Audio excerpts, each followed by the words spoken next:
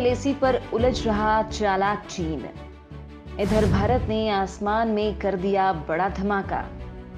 अब अंतरिक्ष super power बनने की ओर है हिंदुस्तान। इसरो रचेगा दुनिया में अब तक का सबसे बड़ा इतिहास। दोस्तों, भारत और चीन के बीच एलएसी पर तनाव लगातार बढ़ रहा है। भारत ने चीन को आखिरी मौका दिया और 13वें दौर की बातचीत की। भारत ने चीन के सामने शर्त रखी कि वो भारतीय इलाकों से अपना बोरिया बिस्तरा समेट कर ले जाए, हथियारों और सैनिकों की तैनाती को जल्द से जल्द हटाए। लेकिन चीन ने न सिर्फ हटने से मना किया, बल्कि उसने मीटिंग में ही भारत को आंखें दिखाना शुरू कर दिया। मीटिंग खत्म होते होते चीन भारत को धमकी देने पर उतर आया। करीब 8.5 घंटे चली इस बातचीत के बाद कोई हल निकलता नहीं दिखाई दिया है। पूरी तरह से फ्लॉप हुई इस मीटिंग के बाद भारत और चीन के बीच तलवारें खिंच गई हैं। भारत ने चीन को सख्त हिदायत दी है कि वो अगर सीमा से नहीं हटता है तो युद्ध की एकमात्र विकल्प है, क्योंकि भारत अपनी सीमाओं की सुरक्षा के लिए पूरी तरह से प्रतिबद्ध है। यानी बेहद जल्द भारत और चीन के बीच घमासान शुरू हो सकता है। जरा सी चिंगारी युद्ध की आग को भड़का सकती है। इसी को देखते हुए भारत चीन को कड़ी टक्कर देने के लिए एक से बढ़कर एक हथियार तैनात करने का प्लान बना रहा है।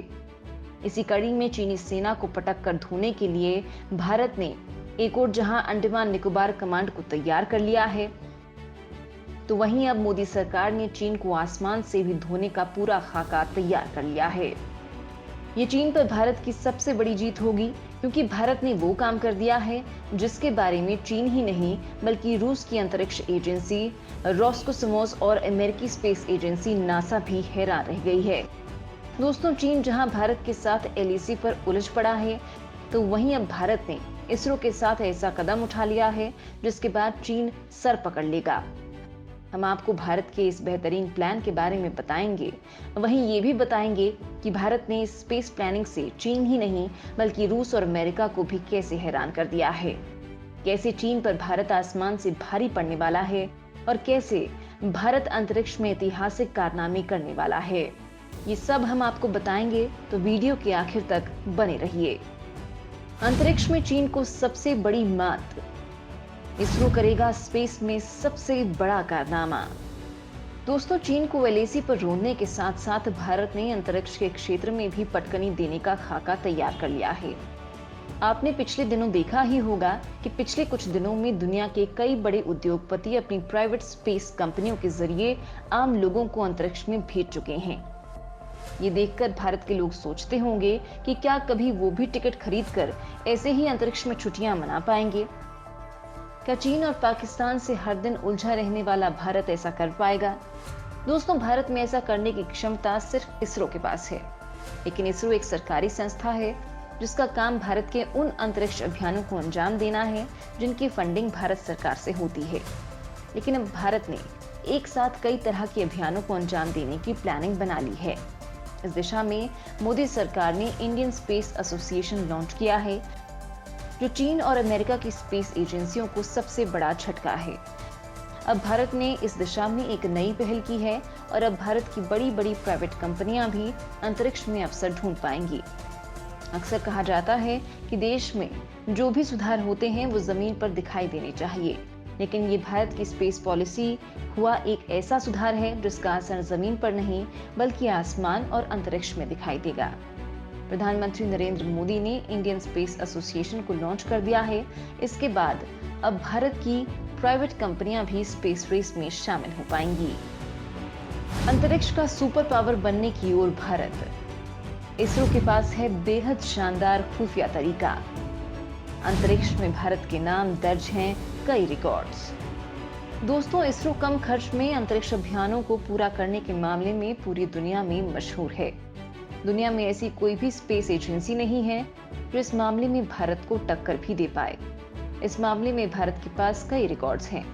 दोस्तों, पूरी दुनिया में इस समय अंतरिक्ष उद्योग 33 लाख करोड़ रुपए का है और फिलहाल इसमें भारत की हिस्सेदारी 2% है। ऐसा इसलिए है क्योंकि अभी भारत के सभी अंतरिक्ष कार्यक्रम इसरो के नियंत्रण में हैं। लेकिन इसके बावजूद अंतरिक्ष में भारत के नाम कई रिकॉर्ड्स हैं। अब आप सोचिए, अगर इसमें प्राइवेट कंपनियां आ गई तो क्या होगा। एक उदाहरण से आप समझिए कि इसरो ने अपना मंगलयान सिर्फ 555 करोड़ रुपए में मंगल ग्रह की कक्षा तक भेजा था, जबकि अमेरिका की अंतरिक्ष एजेंसी नासा ने यही काम 5,000 करोड़ रुपए में किया था। यूरोपियन यूनियन ने इसके लिए 3,000 करोड़ रुपए खर्च किए थे। अब आप सोचिए कि कहां 555 करोड़ रुपए और कहां 5,000 करोड़ रुपए। और मजे की बात यह है कि दोनों प्रोजेक्ट्स ने समान रूप से काम किया, यानी भारत की टेक्नोलॉजी कम खर्चे में शानदार रिजल्ट देने वाली है।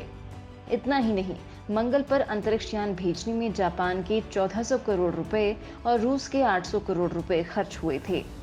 वहीं चंद्रयान मिशन को इसरो ने सिर्फ 855 करोड़ रुपए में पूरा कर लिया था, जबकि हॉलीवुड में स्पेस पर जो फिल्में बनती हैं उनका खर्च भी इसके मुकाबले कहीं ज्यादा होता है। Film guardians of the Galaxy बनाने में 1,300 करोड़ रुपए खर्च हुए थे, जबकि ऐसी ही एक और स्पेस फिल्म इंटरस्टेलर का निर्माण 1,200 करोड़ रुपए में हुआ था। यानी कम लागत में मिशन भेजने के मामले में इसरो पूरी दुनिया में सबसे आगे है। और यही बात प्रधानमंत्री मोदी ने इंडियन स्पेस एसोसिएशन की लॉन्चिंग के मौके पर कही। अब भारत अंतरिक्ष का सुपर पावर बनने की ओर है और इस काम में इसरो की मदद करने के लिए शुरुआत में ही 8 बहुत बड़ी कंपनियां आगे आ चुकी हैं। चीन और अमेरिका को कैसे चुनौती है इंडियन स्पेस एसोसिएशन को लॉन्च करना। इसरो अंतरिक्ष में लॉन्च करेगा 648 सैटेलाइट। भारत के मिशन से हैरान है अमेरिका का नासा। दोस्तों, आप सोच रहे होंगे कि भारत ने इंडियन स्पेस एसोसिएशन की शुरुआत क्यों की। कैसे चीन, रूस और अमेरिका की स्पेस एजेंसियां पीएम मोदी के इंडियन स्पेस एसोसिएशन के ऐलान से ही हैरान परेशान हो उठी हैं।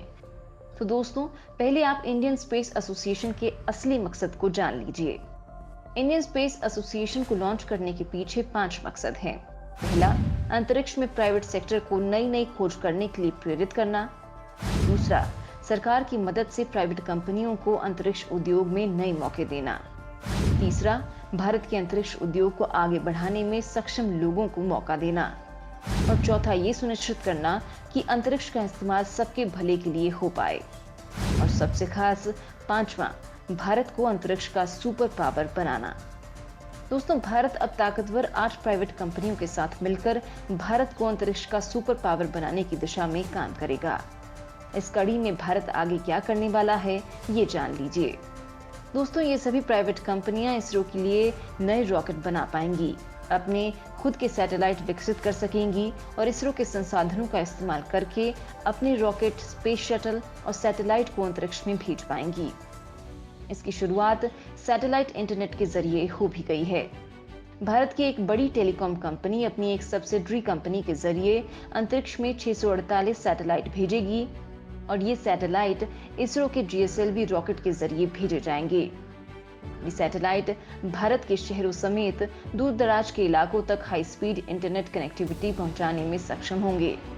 ये वो इलाके हैं जहां इंटरनेट के लिए केबल बिछाना संभव नहीं है।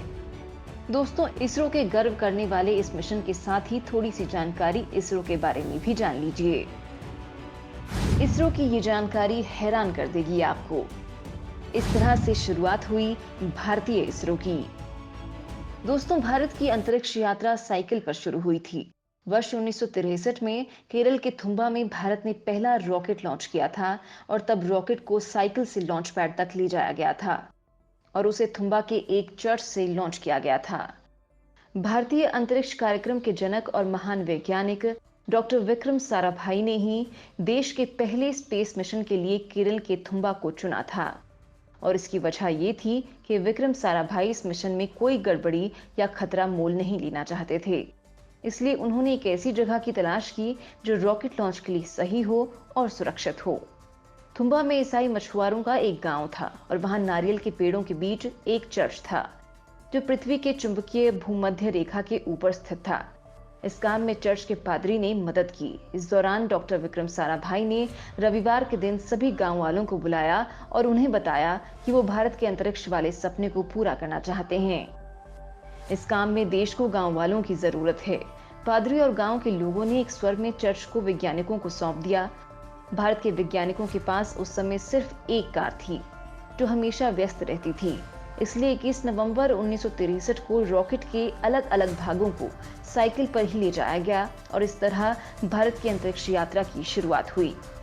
ये रॉकेट भारत ने अमेरिका से खरीदा था, लेकिन 4 वर्ष बाद 1968 में भारत ने अपना रॉकेट बनाया और उसे थुम्बा से ही लॉन्च किया। वर्ष 1975 में भारत ने अपना सैटेलाइट बना लिया और देश के पहले सैटेलाइट का नाम रखा गया आर्यभट्ट। इसे रूसी रॉकेट की मदद से अंतरिक्ष में भेजा गया। उस समय भी हमारे पास मूलभूत सुविधाओं की कमी थी, लेकिन आर्यभट्ट सैटेलाइट की लॉन्चिंग के दौरान बेंगलुरु के एक शौचालय को डेटा सेंटर में बदला गया था। यानी भारत ने कम सुविधाओं और कम बजट के साथ शुरू होकर भी देश के लिए ऐसे प्रोजेक्ट कर डाले जो कई देशों के लिए तो पर्याप्त बजट के बाद भी संभव नहीं है। वहीं अब भारत प्राइवेट कंपनियों के साथ मिलकर चीन को चुनौती देने वाली कई सैटेलाइट लॉन्च करने वाला है। तभी तो चीन भारत से इतनी जलन रखता है और इसी जलन का नतीजा है कि वो सीमा पर हमला बोलने को उतारू है।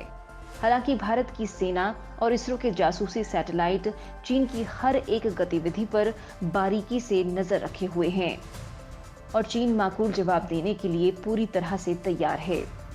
दोस्तों, इसरो के इस प्रोजेक्ट से आप भी गर्व महसूस कर रहे हैं तो वीडियो पर कीजिए लाइक और कमेंट में जो भी आप सोचते समझते हैं वो जरूर लिखें।